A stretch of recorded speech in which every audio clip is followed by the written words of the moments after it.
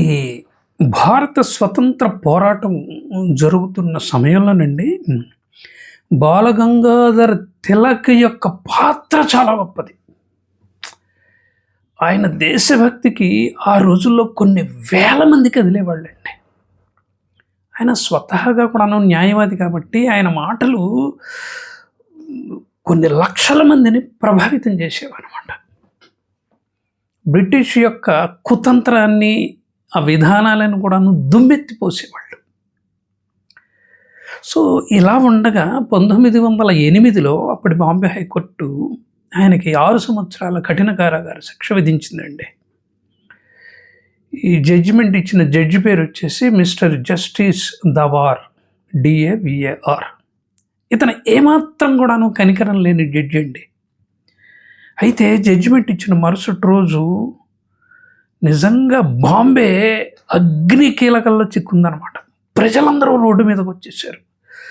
ఇక అల్లర్లు చెలరేగిపోయాయన్నమాట. ముఖ్యంగా పరేల్, దాదర్ లాంటి ప్రాంతాల్లో పరిస్థితి ఎట్లా ఉందంటే అసలు పోలీసులకు కూడాను కంట్రోల్ చేయలేని పరిస్థితి ఏర్పడింది. అంటే ప్రజా ఆగ్రహం అనేది అలాగ వెళ్ళెత్తిందండి. సరిగ్గా ఆ టైంలో ఒక 8 ఏళ్ల కుర్రాడు అనుకోకుండా బాలగంగాధర్ తిలక్ గారికి ఈ శిక్ష పడిన విషయాన్ని విని చలించిపోయాడండి. ఆ వయసులో ఎందుకు చలించిపోయాడు అన్నది మనకి ఆ రోజున్న ఫ్రీడమ్ ఫైట్లో ఒక గొప్పతనం తెలుస్తున్నది కదా. చిన్నపిల్లలు కూడా కదిలారు అన్నమాట. ఎందుకంటే బాలగంగాధర్ తిలక్ గురించి గొప్పగా విన్నాడు ఆ కుర్రవాడు కూడా. సో అల్లర్లు జరుగుతున్న టైంలో వాళ్ళ ఇంట్లో వాళ్ళు ఏమన్నారంటే, అరే నాన్న, నువ్వు ఇండియన్ దుస్తులు వేసుకొని కనుక బయటికి వెళితే లాఠీ చార్జ్ అది జరుగుతుందేమో, నువ్వు స్కూల్కి కూడా వెళ్ళాలి కాబట్టి మన బ్రిటిష్ దుస్తులు అవి వేసుకొని వెళ్ళమంటే ఆ కుర్రవాడు ససేమిరా కాదన్నాడండి. నేను ఇండియన్ దుస్తులే వేసుకెళ్తాను అని చెప్పేసి అలాగే వెళ్ళిపోయాడు. కానీ అతనికి ఏమీ జరగలేదనుకోండి. ఆ పిల్లవాడు ఎవరో కాదండి, MC చాగ్లా. మన భారతదేశం గర్వించదగ్గ ముస్లిం అన్నమాట, మహమ్మద్ అలీ కరీం చాగ్లా. ఆ తర్వాత ఆయన ఇండియన్ జ్యుడిషియరీలో ఎదిగిన తీరు అద్భుతం అండి. చాలా గొప్ప జడ్జిగా పేరు తెచ్చుకున్నాడు. తర్వాత ఆయన ఏ పోస్టులు అలంకరించాడు అనేది నేను చివరిలో చెప్తాను అనుకోండి.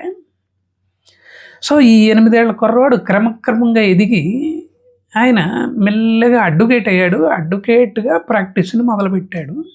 ఈ మొదలుపెట్టిన నేపథ్యంలో తిలక్ గారు కూడా అడ్వకేట్ కదా, హైకోర్టుకు వచ్చి ఆయన కేసులు ఏదో చేసుకునేవాడు. ఆయన చూద్దామని ప్రత్యేకంగా వెళ్ళేవాడు అనమాట. ఈ మహమ్మద్ కరీం చాగ్లా, MC చాగ్లా. ఒకరోజు తిలక్ గారి అప్పీలు జడ్జిమెంట్ ప్రొనౌన్స్మెంట్కి వచ్చింది.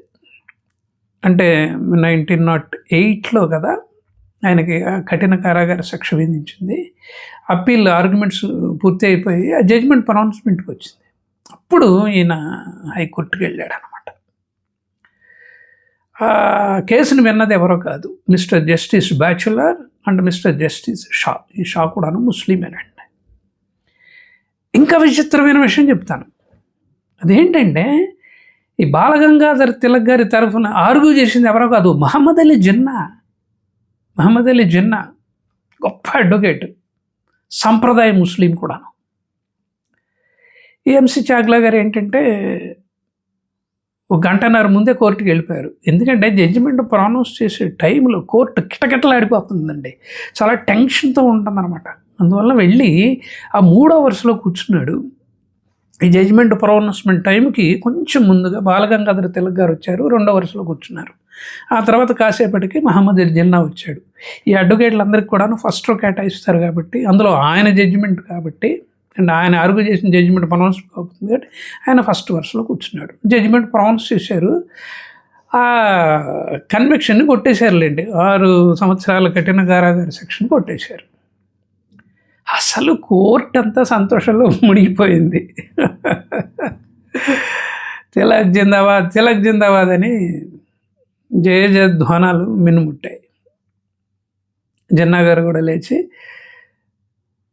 తిలక్ గారిని కావాలించుకొని షేక్ హ్యాండ్ ఇచ్చారు. అయితే అక్కడ ఇది కాసేపు పక్కన పెడదామండి. ఈ జడ్జిమెంట్ ప్రొనౌన్స్మెంట్ అయిపోగానే తిలక్ గారు 4 మాటలు మాట్లాడారు. ఈ మాటల గురించి కూడా నేను కాసేపు చెప్తాను. సో ఇది ఇలా ఉండగా ఏమైందంటే, అంటే దీనికంటే ముందు జరిగిన సంగతి చెప్తాను. అప్పీల్ పెండింగ్ ఉన్నప్పుడు ఏం జరిగిందంటే, ఒకరోజు సర్ జార్జ్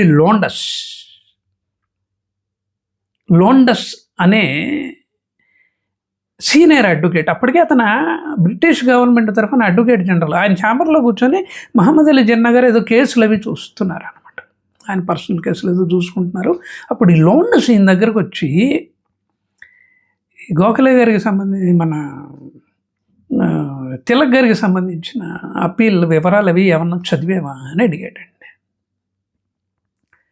చదివితే ఆయన ఒకటే మాట, చదవాల్సిన అవసరం లేదు, గొప్ప దేశభక్తుడు, అసలు అంతకుముందు విధించిన శిక్ష పనికిరాని శిక్ష, అదేదో కుట్రపూరితంగా జరిగింది, ఆ దవర్ అనేవాడు కూడాను బుర్ర లేకుండా ఇచ్చేసాడని క్యాజువల్గా ఏదో చెప్పేశాడు. ఈ లోండస్ గురించి మనం ఒక విషయం మాట్లాడుకోవాలండి. ఇతను కూడాను బ్రిటిష్ గవర్నమెంట్ యొక్క తొత్తే, అడ్వకేట్ జనరల్గా మరి బ్రిటిష్ గవర్నమెంట్ తరఫున వాదించడానికి ఒకళ్ళతో పుచ్చుకున్నవాడు అనమాట. తర్వాత ఏమైందంటే, ఈ వైస్రాయ్ లెజిస్లేటివ్ కౌన్సిల్లో అతని సభ్యుడిగా కూడా నియమించారు. ఆ తర్వాత ప్రైవీ కౌన్సిల్ మెంబర్గా కూడా ఇతన్ని అపాయింట్మెంట్ చేయడం జరిగిందనమాట. అంటే ఇతన కరుడుగట్టిన బ్రిటిష్ వాదండి, అంతకంటే ఏమీ లేదు. అయితే ఇక్కడ ప్రివీ కౌన్సిల్ గురించి ఒక్క నిమిషం చెప్పేసి మళ్ళీ నేను ముందుకు వెళ్తానండి. అదేంటంటే, ఈ ప్రివీ కౌన్సిల్ అనేది ఇంగ్లాండ్లో ఉండేది. ఇది నిజంగా కోర్టు కాదు, మట్టి కాదండి. చక్రవర్తి సలహా ఇచ్చే ఒక సలహా మండలి అంతే. దీంట్లో ఉండేది కూడా ఎవరో కాదు, House of Commons, House of Lords అని ఉండేవి కదా. దాంట్లో ఉండే సీనియర్ పొలిటీషియన్స్, అసలు కొంతమందికి లీగల్ బ్యాక్గ్రౌండ్ కూడా ఉండదు. వీళ్ళంతా చక్రవర్తి గారికి తొత్తులు, అంటే గవర్నమెంట్ తరఫున రికమెండ్ చేసి పంపిస్తూ ఉంటారు వీళ్ళు. ఈ నెత్తి మీద ఈ జంతు బొచ్చుతో చేసిన ఈ టోపీలు అవి పెట్టుకొని ఉంటారు, మీరు చూసే ఉంటారు. అంటే అప్పుడు చలికి తట్టుకోవడానికి అదొక వేషం అనమాట. సో వీళ్ళు ఏది అయితే చెబుతారో చక్రవర్తి గారు ఆటోమేటిక్గా ఆమోదిస్తారు, ఎందుకంటే అది చక్రవర్తి గారి ఫేవర్లోనే వెళ్ళిపోతుంది అనమాట. అటువంటి పనికిరానే రికమెండేటరీ బాడీ అది. ఇందాక నేను లోండస్ గురించి చెప్పాను కదా, లోండస్ అడిగాడు కదా జిన్నాని, ఆ కాగితాలు ఏమన్నా చదివావా అని. వెంటనే ఇందాక ఏమన్నాడో నేను చెప్పేశాను, చదవాల్సిన అవసరం కూడా లేదండి, ఎందుకంటే బ్రిటిష్ పాలసీలను విమర్శించే హక్కుని నేను ఎట్టి పరిస్థితుల్లో కూడాను వదులుకోలేను అని అన్నాడండి. లోండస్ కూడాను నిజంగా కంగు తిన్నాడు. అసలు జిన్నా అంటే అదండి. తర్వాత జరిగిన విషయాల గురించి మీ అందరికీ చాలా డౌట్లు రావచ్చు, అది కూడా క్లారిఫై చేసే ప్రయత్నం చేస్తాను. అయితే ఈ అప్పీల్ కొట్టేశారు కదా, అప్పటికే ఏం జరిగిందంటే, ఈ తిలక్ గారికి శిక్ష విధించిన ఈ జస్టిస్ దావర్కి బ్రిటిష్ గవర్నమెంట్ ఏం చేసిందంటే, నైట్హుడ్ అనే ఒక గొప్ప అత్యున్నత పురస్కారాన్ని ఇచ్చి గౌరవించిందండి. ఆ టైంలో బాంబే బార్ అసోసియేషన్ ఏం చేసిందంటే, ఆయనకి గౌరవ సూచకంగా ఒక డిన్నర్ ఇవ్వాలని చెప్పేసి ఒక సర్క్యులర్ని అలా అడ్వకేట్లు అందరికీ పంపించింది. అది జిన్నా గారి దగ్గర కూడా వచ్చింది. వెంటనే ఆయన అడ్డంగా రాసి పెట్టాడు దాని మీద, ఈ విషయంలో నిజంగా బార్ అసోసియేషన్ సిగ్గుపడాలి, దావర్కి డిన్నర్ ఇవ్వటం ఏంటి అని చెప్పేసి ఇంకా ఏదేదో రాసేసాడు అనుకోండి. ఆయనకున్న కోపం ఏంటంటే, తిలక్ గారికి ఈ మూర్ఖుడు 6 సంవత్సరాల కఠిన కారాగార శిక్షణ విధించాడు, అదే కోపం ఆయనకు అనమాట. సో ఈయన ఏదైతే రాశాడో ఆ సర్క్యులర్ మీద చూసి దావర్ ఏం చేశాడంటే, ఈయన పిలిపించి అడిగాడు, ఏమయ్యా నేను ఎప్పుడన్నా కోర్టులో నేను అవమానపరిచానా? లేదండి. మరి నా మీద గౌరవం ఉందా లేదా, నాకు ఆ సంగతి చెప్పు అన్నాడు. ఉందండి గౌరవం. మరి ఏంటి ఈ విధంగా రాశావు అని అడిగితే ఒకటే మాట అన్నాడండి, మీలాగా నేను బ్రిటిష్కు తొత్తుగా మారనండి. తిలక్ లాంటి గొప్ప దేశభక్తి మీద, భక్తుడి మీద మీరేంటి జడ్జిమెంట్ అలాగే ఇచ్చారు, నాకు అది కోపంగా ఉందండి. సో బ్రిటిష్ గవర్నమెంట్కి వ్యతిరేకంగా చేసే ఏ ప్రయత్నాలు అయినా సరే నా స్వేచ్ఛను మటుకు నేను వదులుకోనని చెప్పేసాడండి. That is Mohammad Ali Jinnah. So దీన్ని కాసేపు పక్కన పెడదామండి. కాసేపు పక్కన పెట్టి, కాలం కూడాను ఒక తీరుగా ఉండదు కదా. 8 ఏళ్ల కుర్రవాడు 1908లో తిలక్ గారికి శిక్ష పడినప్పుడు ప్రతిస్పందించి తర్వాత మెల్లిమెల్లిగా అడ్వకేట్ మారి ఆయన బాంబే హైకోర్టు చీఫ్ జస్టిస్ అయ్యాడు. 1947లో కదా మన దేశానికి స్వతంత్రం వచ్చింది. తర్వాత 1956లో ఎంసీ చాగ్లా గారు బాంబే హైకోర్టుకి చీఫ్ జస్టిస్గా అపాయింట్ అయ్యారు. విచిత్రం ఏంటంటే అదే కోర్టులో 1908లో బాలగంగాధర్ తిలక్ గారికి ఆ దావర్ అనే మూర్ఖుడు శిక్ష విధించాడు. అప్పటికే ఎంసీ చాగ్లా వయసు 8 ఏళ్ళు. ఈయన మెల్లిమెల్లిగా స్వాతంత్రం వచ్చిన తర్వాత 1956లో చీఫ్ జస్టిస్ అయ్యి ఆ కోర్టులో కూర్చున్నాడు అనమాట. కాలం చూడండి ఎంత విచిత్రమైందో. జూలై 15, 1956న బాంబే హైకోర్టు ఆవరణలో ఒక ఫలకాన్ని ప్రతిష్ఠింపజేశారండి ఎంసీ చాగ్లా గారు. దాన్ని ఆయనే ఆవిష్కరించారు.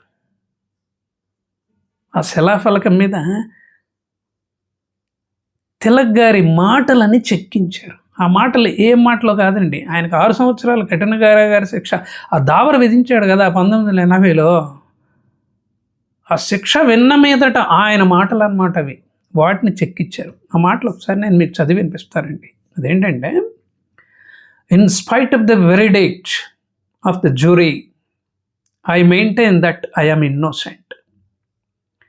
There are higher powers that rule the destiny of men and nations, and it may be the will of providence that the cause which I represent may prosper more by my suffering than by my remaining free అని నేనేదో కొంచెం తెలుగులో దాన్ని అనువాదం చేశాను అనుకోండి, ఎఫెక్టివ్గా ఉండకపోవచ్చు, కానీ నేను అది చదివే ప్రయత్నం చేస్తాను. అదేంటంటే, మీరు నాకు శిక్ష విధించినప్పటికీ నేను అమాయకుడని నేను మనస్ఫూర్తిగా నమ్ముతున్నాను. విధి బలీయమైనది, అది మనుషులకే కాదు దేశాలకు కూడా వర్తిస్తుంది. నా ఆయాసానికి భగవంతుడి కృప ఎప్పుడూ ఉంటుంది. ఆ కృప నేను బయటికి వచ్చిన దానికంటే జైల్లో ఉండటం వల్ల ఎక్కువగా పనిచేస్తుంది అని చెప్పేసి ఆయన అంటం జరిగిందండి. ఆ మాటల్ని శిలాఫలకం మీద చెక్కించి జస్టిస్ ఎంసీ చాగ్లా ప్రతిష్ఠించి ఆవిష్కరించారన్నమాట. ఆ రోజు నిజంగానండి ఆయన ఇచ్చిన స్పీచ్ చాలా అద్భుతమైన స్పీచ్ అండి. అందరినీ కూడా మంత్రముగ్ధులు చేసింది. అంటే ఆ స్పీచ్ని యథాతథంగా మళ్ళీ ట్రాన్స్లేట్ చేసి చెప్పడం కష్టం కాబట్టి నేను జస్ట్ కొంచెం దాంట్లో ఉన్న మెయిన్ పాయింట్ చెప్పడానికి ప్రయత్నిస్తానండి. ఆయన ఏమన్నారంటే, ఆ రోజు తిలక్ గారికి వేసిన శిక్ష ద్వారా కోర్టు యొక్క ఔన్నత్యం మసిబారింది, న్యాయ వ్యవస్థకి కళంకం ఆపాదించబడింది. ఇప్పుడు నేను చీఫ్ జస్టిస్ని అయ్యాను కాబట్టి మిగతా జడ్జెస్ కూడాను, అంటే మనందరం కలిసి ఆ కళంకాన్ని తొలగించవలసిన బాధ్యతని చేపట్టాలి అంటూ ఆయన ఇంకా ఏమన్నారంటే, ఇప్పుడు ఈ బాంబే హైకోర్టు స్వేచ్ఛ భారతంలో పనిచేస్తున్నది. ఈరోజు నేను ప్రధానమంత్రిగా బాధ్యతలు చేపట్టానంటే అది బాలగంగాధర్ గారి స్ఫూర్తి, దేశభక్తి, త్యాగమేనని నేను మనసారా విశ్వసిస్తున్నాను అని చెప్పేసి ఒక అద్భుతమైన స్పీచ్ ఇచ్చాడండి. అయితే ఏ వ్యవస్థ అయినా చూడండి, తప్పకుండా దాన్ని ఖండించే కుహనావాదులు మనకు తయారవుతుంటారు. అంటే వ్యక్తిత్వం లేని వ్యక్తులు కూడాను విమర్శలు గుప్పిస్తూ ఉంటారు. అసలు ఈ ఎంసీ చాగ్లా యొక్క ఈ గొప్ప విషయాన్ని కూడాను చాలామంది ఖండించారండి. న్యాయ వ్యవస్థలోకి రాజకీయాలు చూపిస్తున్నాడు ఈ చీఫ్ జస్టిస్ అని ఆయన దుయ్యబట్టారు. కానీ ఆయన చెల్లించలేదు. అద్భుతమైన చీఫ్ జస్టిస్గా పేరు తెచ్చుకున్నారు. ఇప్పటికి కూడాను మీరు బాంబే హైకోర్టు వెళ్తే చీఫ్ జస్టిస్ కోర్టుకి ఎంసీ చాగ్లా కోర్టు అని పేరు ఉందండి. ప్రతి సంవత్సరం 2-3 సార్లు పెద్ద పెద్ద సెమినార్లు జరుగుతాయి. ఆ తర్వాత కూడాను ఆయన ఎన్నో పదవుల్ని అలంకరించారండి. ఉదాహరణకు చెప్తాను, ఇందాక చెప్పాను కదా ఆయన దేశంలో ఏ పదవులు అలంకరించారని. Chief justice of Bombay high court, అట్లాగే judge of international court of justice ఉండేది, హేగ్లో ఉంది. 1957లో అపాయింట్ అయ్యాడు. నేను 1958లో పుట్టాను. అట్లాగే Indian ambassador to US, education minister in Nehru cabinet, minister of external affairs in Nehru cabinet 1966 to 1967. ఎంత గొప్ప మనిషి అండి ఎంసీ చాగ్లా.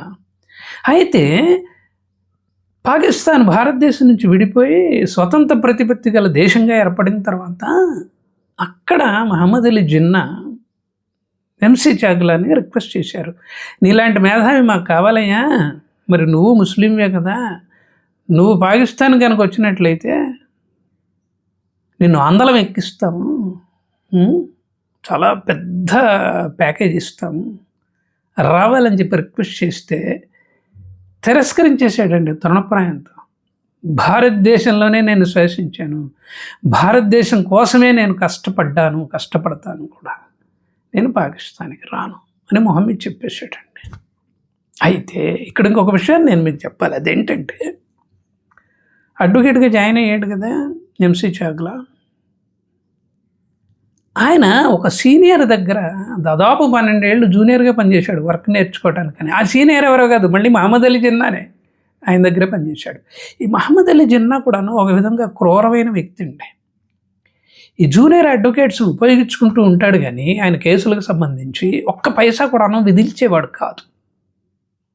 కానీ ఎంసీ చాగ్లా గారు చాలా ఇబ్బందులు పడుతున్నా డబ్బులు లేక ఆయన దగ్గర పనిచేసి జడ్జిగా తర్వాతి రోజుల్లో మంచి పేరు తెచ్చుకున్నాడండి. అంటే ఆయన దగ్గర పనిచేయటం వల్ల ఆయన రాటు తేలాడు అన్నమాట, న్యాయ వ్యవస్థలో జడ్జిగా అన్నమాట. సో నాకు ఎందుకోనండి ఈ ఎంసీ చాగ్లా గారు ఏం చేశారంటే ఒక ఆటోబయోగ్రఫీ రాసుకున్నారు. దాని పేరు రోసెస్ ఇన్ డిసెంబర్ అని చెప్పేసి ఒక మంచి 400 పేజీల పుస్తకం. అది ఎప్పుడో చదివాను. చదివిన మీద మళ్ళీ ఎందుకో చదవాలనిపించి చదువుతూ ఉంటే నాకు ఈ సంఘటన కనిపించిందండి. దీన్ని కొంచెం గుదిగుచ్చి క్రానలాజికల్గా ఫ్యాక్ట్స్ అవి రాసుకొని ఇప్పుడు నేను మీ ముందు ఇలాగ ప్రజెంట్ చేస్తున్నాను అనమాట. అయితే ఇక్కడ 3 వ్యక్తుల్ని మనం పరిగణలోకి తీసుకోవాలి. అదేంటంటే ఒకళ్ళేమో బాలగంగాధర తిలక్, 2 ఏంటంటే ఎంసీ చాగ్లా, 3 మహమ్మద్ అలీ జిన్నా. మీకు ఇప్పుడు అనుమానం రావచ్చు, అదేంటండి కిరణ్ గారు, పాకిస్తాన్ విడిపోవడానికి ముస్లిం లీగ్ అనే ఒక ప్రత్యేకమైన పార్టీని పెట్టి భారతదేశం నుంచి పాకిస్తాన్ విడిపోవడానికి ముఖ్యమైన కారకుడు అయ్యాడు కదా, ఆయన అక్కడ జాతిపతిగా కీర్తించారు కదా, మీరు ఎందుకు ఆయన గురించి గొప్పగా చెబుతారని. కానీ ఒక క్వశ్చన్ నేను చెప్తానండి. అడ్వకేట్గా ఎదిగే క్రమంలో అడ్వకేసీ వేరండి. తర్వాత ఆయన రాజకీయాల్లో ప్రవేశించిన తర్వాత ఆయనకు అర్థమైన విషయం ఒకటే, ఈ గాంధీని నెహ్రూని ఎట్టి పరిస్థితుల్లో నమ్మకూడదు, వీళ్ళు స్వార్థపరులు, వాళ్ళ స్వార్థం కోసం ఏదైనా చేస్తారు, అవసరమైతే బ్రిటిష్తో కూడాను చేయగలుగుతారు, వాళ్ళు చేస్తున్నది అదే, కాబట్టి వీళ్ళు ప్రధానమంత్రులు జాతిపితలైతే నేను పనిచేయలేను అని చెప్పేసి అప్పటికే అద్భుతంగా ఎదిగిన వ్యక్తి. ఆయన వాక్చాతుర్యము చాలా అద్భుతంగా ఉంటుందండి. మహమ్మద్ అలీ జిన్నా వాక్చాతుర్యం గురించి ఎంసీ చాగ్లా గారు ఈ రోసెస్ ఇన్ డిసెంబర్లో రాశారు. నేను చాలా ఆశ్చర్యపోయాను. 1-2 సంఘటనలు ఉన్నాయనుకోండి, ఇప్పుడు చెప్పే టైం కాదు అది. అందువలన ముస్లిం లీగ్ అనే పార్టీని స్థాపించి దాన్ని కూడాను చెడగొట్టేశారండి, అడ్డుపడ్డారు ఈ గాంధీ, నెహ్రూ, మిగతా నాయకులందరూ కూడాను. అయినా సరే బలంగా నిలబడి దాన్ని బలమైన పార్టీగా మార్చి చివరికి గత్యంతరం లేని పరిస్థితుల్లో బ్రిటిష్ వాళ్ళు కూడాను, లార్డ్ మౌంట్ బాటన్ వాళ్ళు కూడాను ఓకే సపరేట్ పాకిస్తాన్ ఇచ్చేస్తాము అని చెప్పేసి ఇవ్వడం జరిగిందండి. కాబట్టి రాజకీయాల్లోకి వచ్చిన తర్వాత నెహ్రూ గాంధీని మనస్ఫూర్తిగా వ్యతిరేకించి ఆయన పనేదో ఆయన చేస్తున్నాడు, పాకిస్తాన్ ఏర్పరిచాడు. కానీ అడ్వకేట్గా నేను చెప్పాను కదా, బాలగంగాధర తిలక్, గోపాలకృష్ణ గోఖలే, అట్లాగే మన సర్దార్ వల్లభాయ్ పటేల్, కొంతమందిని చాలా గొప్పగా అభిమానించాడండి మహమ్మద్ అలీ జిన్నా. గొప్ప వ్యక్తిత్వం కలవాడు. రాజకీయమే, అడ్వకేసీనే, దేశభక్తినండి. కాబట్టి ఈ 3 విషయాల్లో మనం ఈ ఫ్యాక్ట్స్ని తెలుసుకోవాల్సిన అవసరం ఎంతైనా ఉంది. అంటే ఒక వ్యక్తిత్వ నిర్మాణంలో ఒక స్థాయికి ఎదిగిన మేధావులు అందరూ కూడాను కాంప్రమైజ్ కారు. ఒక చిన్న విషయం చెప్పి మీకు ఇస్తాను. అదేంటంటే 1947లో మనకి స్వతంత్రం వచ్చింది కదా, అప్పటికే మహమ్మద్ అలీ జిన్నాకి సివియర్ స్టేజ్లో ఉందండి క్యాన్సర్, ఎక్కువ కాలం బతకరని కూడా అని చెప్పేశారు. కరెక్ట్గా కనుక నెహ్రూ స్వార్థానికి పోకుండా మహమ్మద్ అలీ జిన్నాని కనుక ప్రైమ్ మినిస్టర్ కనుక చేసి ఉంటే పాకిస్తాను మన దేశం నుంచి విడిపోయేది కాదు. నెంబర్ 1. ఇంకొకటి ఏంటంటే 6 నెలల తర్వాత చనిపోయాడండి మహమ్మద్ అలీ జిన్నా క్యాన్సర్తో. చనిపోయిన తర్వాత అయ్యేది ప్రైమ్ మినిస్టర్ నెహ్రూనేగా. అంతవరకు ఓపిక పట్టచ్చుగా నెహ్రూ పట్టలేదు. ఎప్పుడెప్పుడు ప్రధానమంత్రి కావాలా అని చెప్పేసి, సరే గాంధీ సరే ఆయన తట్టుకోలేక ఏదో హేరామ్ అనుకుంటూ ఆయనకేం జరిగింది, ఆయన కూడాను గాడ్సే కాల్ చేశాడు. ఈరోజు కొంచెం గాడ్సే గురించి కూడాను ఏదో 4 మంచి మాటలు వినపడుతున్నాయి అనుకోండి. సో ఇదండి అసలు భారతదేశ స్వాతంత్ర సంగ్రామంలో జరిగిన ఒక చిన్న విషయం అన్నమాట అది. So we have to salute this 3 persons, MC Chagla, Balagangadhar Tilak and Mohammed Ali Jinnah also. So ఇదండి సంగతి. ఇంకా కొన్ని విషయాలు ఉన్నాయి, చూస్తాను వీలుంటే అవి కూడా చేసే ప్రయత్నం చేస్తాను. సో నా ఛానల్కి సబ్స్క్రైబ్ చేయండి, చాలామందికి ఈ వీడియోని షేర్ చేయండి. ఇప్పుడున్న తరానికి కొన్ని విషయాలు తెలవాలండి, తెలవకపోతే ఎలాగ చెప్పండి. అది మన బాధ్యత కదా. మనకి 60 వచ్చేసాయి, 70 వచ్చేసాయి, ఎంతకాలం ఉంటామో తెలియదు. కానీ ఏదో ఒక అతి ముఖ్యమైన విషయాన్ని మనం చెప్పాలి కదా తర్వాత తరానికి. ఇప్పుడు తర్వాత తరం కూడా, ఇప్పుడున్న ప్రజెంట్ జనరేషన్ కూడాను వాస్తవాలను మెల్లమెల్లగా ఆకలింపు చేసుకుంటున్నదండి.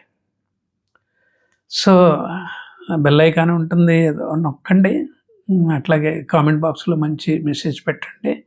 ఏముంది, లైక్ బటన్ ఏముంది, అలా నొక్కటం ఏది కూడా, దాన్ని కూడా నొక్కండి. లేదు కిరణ్ గారు మీతో మాట్లాడాలి అని అనుకుంటే హాయిగా మాట్లాడండి, ఇబ్బంది ఏముంది. నా పేరు మారుతి కిరణ్ పోరూరి, నా ఫోన్ నెంబర్ 9491063089. నమస్కారం.